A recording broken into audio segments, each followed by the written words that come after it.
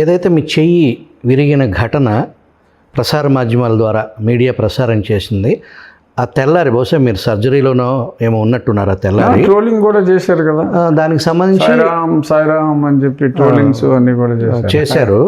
అది కొంతవరకు మీరు దాన్ని అదే ట్రోలింగ్ని జస్ట్ ఫన్నీ ఆ మేరకు తీసుకోవడం వరకు తప్పలేదనుకోండి. దాన్ని మీరు కూడా కోట్ చేశారు, మీరు దాన్ని అడ్రస్ చేస్తూ సాయిరామ్ సాయిరామ్ అని అన్నారు మీ పడిన వీడియోని పెట్టి. అది ఓకే. మీ కస్టోడియల్ టార్చర్లో సస్పెన్షన్కి గురయ్యి ప్రస్తుతం తన సర్వీస్ కాలం మొత్తం సస్పెన్షన్లో ఉన్నటువంటి సీనియర్ ఐపీఎస్ అధికారి ఏడీజే స్థాయి సునీల్ కుమార్,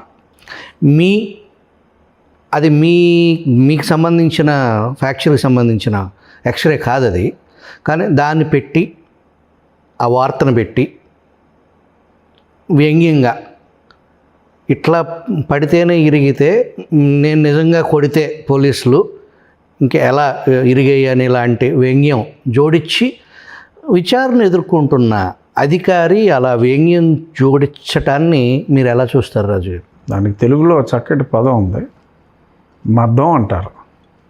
అది అణువున పేరుకుపోయి ఉంది ఆ వ్యక్తికి. అంటే మీరు ప్రభుత్వంలో రాజ్యాంగబద్ధమైన పదవిలో ఉన్నారు, మీ ప్రభుత్వం అధికారంలో ఉంది. ఒక వ్యక్తి అధికారి అయినా కాకపోయినా ఒక కేసులో విచారణ ఎదుర్కొంటున్న వ్యక్తి పర్టికులర్గా ఆ కేసుతో మీకు జరిగిన ఒక యాక్సిడెంట్ని అతను నేను అబ్జర్వ్ చేశాను సుభాకర్ గారు.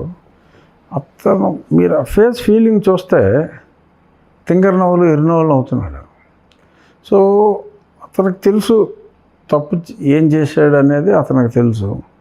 సో కాబట్టి దే ఆర్ ట్రయింగ్ టు ఏదో అంటే ఒక తప్పు చేసిన, అన్యాయం చేసిన, అక్రమం చేసిన పివి సునీల్ కుమార్ అనే వ్యక్తిని శిక్షించమని నేను అడిగితే అతనికి పెద్ద సామాజిక వర్గం ఉన్నట్టు, ఆ సామాజిక వర్గానికి అతను ఏదో మకుటో లేని మహారాజు అన్నట్టు, అతను సిట్ అంటే సిట్టు, స్టాండ్ అంటే స్టాండ్, ఎవరికి ఓటేయమంటే వాళ్ళకు ఓటేస్తారని తనకు తాను ఊహించుకుంటూ హెల్యూజినేషన్లో ఈ వర్గాన్ని దూరం చేసుకుంటాడు. తప్పుడు రిపోర్ట్ ఇచ్చింది ప్రభావతి తప్పుడు రిపోర్ట్ ఇచ్చింది అని నేనంటే ఉన్నాయి. అందరూ 164 స్టేట్మెంట్స్ ఆ డాక్టర్లే ఇచ్చారు. ప్రభావతి తప్పుడు స్టేట్మెంట్ ఇచ్చిందని. కాపు సోదరి ప్రభావతి. సో కాపు వర్గాన్ని దూరం చేసుకుంటారా? నా మాల వర్గాన్ని దూరం చేసుకుంటారా? సునీల్ నాయక్ మీద కేసు పెట్టి విచారించాలని చెప్పి అంటున్నారు. అంటే ఆయన గిరిజన వర్గాన్ని దూరం చేసుకుంటారా? అరే ఒక తప్పు చేసిన వాడిని శిక్షిస్తే, ఇప్పుడు కోర్టులు ఉన్నాయండి, ఎవరు తప్పు చేస్తే ఆయన శిక్షిస్తారండి కోర్టులు. అది రాజు అవ్వచ్చు, రెడ్డి అవ్వచ్చు, కమ్మ అవ్వచ్చు, ఇంకోటి అవ్వచ్చు. శిక్షిస్తే ఆ వర్గం అందరూ జ్యుడిషియరీ మీద పగబెట్టేస్తారా? ఉన్నత స్థానాల్లోకి చేరుకుని ఆ స్థానంలో ఉండి కులం గురించి మాట్లాడటం అనేది అది దౌర్భాగ్యం. ఇప్పుడు అతనికి పెద్దగా మార్కులు రాలేదు, ఓకే. సో దానికి అంబేద్కర్ గారు రాజ్యాంగంలో వెసులుబాటు ఇచ్చారు. ఎందుకంటే అప్పటి వరకు మరి కుటుంబ పరంగా పెద్దగా అవకాశాలు ఉండవు కాబట్టి వారు వెలుగులోకి రావాలంటే విద్వత్తు తక్కువ ఉంటే ఉండొచ్చు కాబట్టి అందులో వారిలో కూడా మెరిట్లో వచ్చిన వాళ్ళు చాలామంది ఉన్నారు. ఇప్పుడు పివి రమేష్ వీరికి ఏదో దూరం బంధువు కూడా అవుతాడు, సార్ ఏదో బ్రదర్ ఇన్లా. ఆయనకి రిజర్వేషన్ ఉన్నప్పటికీ ఈ స్టూడ్ ఆన్ మెరిట్. ఆయనకి రిజర్వేషన్ బట్టి రాలా, ఆయనకి మెరిట్లోనే చాలా టాప్ ర్యాంక్ వచ్చింది. బట్ ఏదైనా రాజ్యాంగబద్ధమైన ఒకసారి వచ్చిన తర్వాత ఆఫీసర్ ఇస్ అన్ ఆఫీసర్. ఈ రాజ్యాంగబద్ధమైన హక్కు అనుకోండి, అది కాదు చర్చ. కానీ కాదు, అందులో వచ్చిన వ్యక్తి కులాన్ని రాజ్యాంగాన్ని వెసులుబాటుని వాడుకొని ఉన్నత స్థితిలో ఉండి అక్కడ కూడా మళ్ళీ ఆ కులాన్ని తీసుకురావటం అనేది అక్కడ ఆ దశలో కులరహితమైపోయిన పరిస్థితి కదా. ఆయనకి సేమ్ లెవెల్ ఫీల్డ్ చేసేసింది రాజ్యాంగం. ఆఫీసర్ అయిపోయిన తర్వాత like any other IPS officer is also an IPS officer. రాజ్యాంగం సేమ్ లెవెల్ ఫీల్డ్కి తీసుకొచ్చేసి సరి చేసేసింది. ఆ సరి చేసిన దాన్ని కూడా మళ్ళీ అక్కడ కులాన్ని తీసుకురావటం అనేది దాన్ని ఎలా అర్థం చేసుకోవాలి? ఏదో చంటి పిల్లలాగా అమ్మ అది కొత్తేదే అని చెప్పి ఏడుస్తున్నట్టు నన్ను కేవలం నేను ఈ కులం అనే కదా నన్ను అంటూ అనేది అది మానసిక దౌర్బల్యం. అవతల వాళ్ళకి ఏదన్నా వీక్నెస్ ఉందేమో, అవతల వారికి ఓట్లు వీక్నెస్ ఏమన్నా ఉందేమో అని ఆ భావాన్ని పెంపొందించి ఎమోషనల్ బ్లాక్మెయిల్ చేయడానికి వేసే పిచ్చి టెక్నిక్స్ ఎవరికి తెలియదండి. మొన్న ఒక ఆయన ఇలాగే భీమరావు పార్టీ అని పెట్టుకుని ఆయన పోటీ చేశాడు. 451 కోట్లు, ఇఫ్ ఐఎమ్ నాట్ రాంగ్, 451 కోట్లు వచ్చినాయి. ఆయన ఎలాగే అనుకున్నాడు. జడా శ్రావణ్ కుమార్ మాజీ మ్యాజిస్ట్రేట్, మామే అంటే మాజీ మ్యాజిస్ట్రేట్, ఓకే, జడ్జి అంటారు అంత ఒకటిదే మ్యాజిస్ట్రేట్. సో మాజీ మ్యాజిస్ట్రేట్ గారు. మేము విజువల్ ఒక కథనం ప్రసారం చేసింది గత వారం. సునీల్ కుమార్కి సంబంధించి ఆయన ఏదైతే సోషల్ మీడియాలో హైపర్ యాక్టివ్గా ఉంటున్నారో ఆ హైపర్ యాక్టివ్గా ఉండటం వెనక ఏదైతే ఇప్పుడు మీరు చెప్పిన కారణాలతో పాటుగా ఆయన అరెస్ట్ చేస్తారు అనే ఆందోళన ఆయన లోపల భయపడుతున్నారు అనేది నిజమేనంటారా? అసలు స్పష్టంగా ఫేస్ ఈజ్ ద ఇండెక్స్ అండి. అది ఆ టెన్షన్ అనేది కనపడుతుంది. అది లేనిపోంది వికిలిగా నవ్వటం, అదే ఆయన తాగుతారు మంచినీరు తాగుతారేనా మాట్లాడు మంచినీరు అని ఇలాగా వికిలి ఎక్స్ప్రెషన్స్. సో అతను భయపడుతున్నాడు ఎనీ మూమెంట్, ఎందుకంటే ఆయన తప్పు చేశాడన్న సంగతి ఆయనకు తెలుసు కదా. సో కాబట్టి ఆయన డెఫినెట్గా భయపడతాడు న్యాచురల్గా.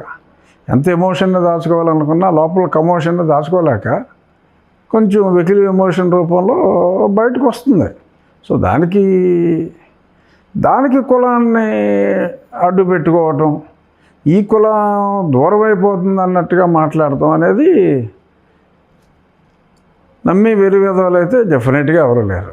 ఏదైతే సునీల్ కుమార్ నేను రాజుగారి అరెస్ట్ ఇదే కాదు, ఇంకొన్ని కథనాలు కూడా అతను చాలామందితోటి మాట్లాడి ఇదిగో నా ఇంటర్వ్యూ తీసుకోండి, I will pay you something అని కూడా ఎవరెవరిని అడిగారో కూడా నాకు తెలుసు. చాలామందిని అడిగాడు. కొంతమంది మేము అలా డబ్బులు తీసుకుని ఇంటర్వ్యూలు చేయము, కాకపోతే okay as an suspended IPS officer will give an opportunity to went out your feelings అని కొద్దిమంది పాడ్కాస్ట్లు అవి చేశారు.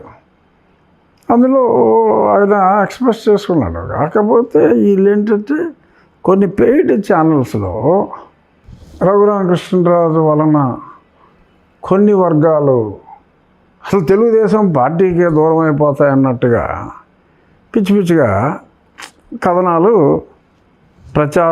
ప్రసారము చేసుకునే ప్రయత్నం చేశాడు తను. But who cares? ఇప్పుడు నిజంగా ఒక తప్పు చేస్తేనే కదా కోర్టు శిక్షించేది.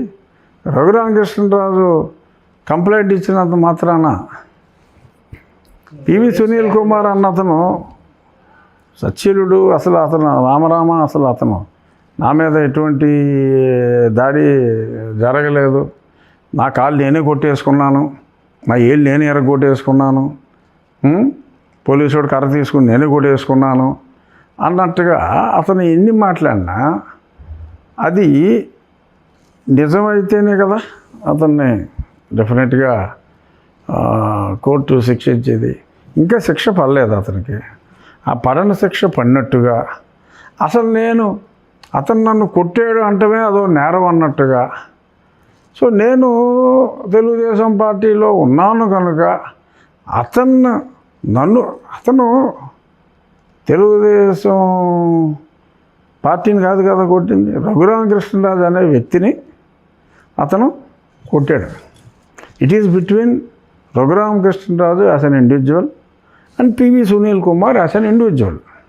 పివి సునీల్ కుమార్ అనే ఇండివిజువల్ తప్పు చేసినప్పుడు, రఘురామకృష్ణరాజు అనే ఇండివిజువల్ని దారుణంగా కస్టడీలో హింసకు గురి చేయించినప్పుడు నేను న్యాయం కోసం పోరాటం చేస్తే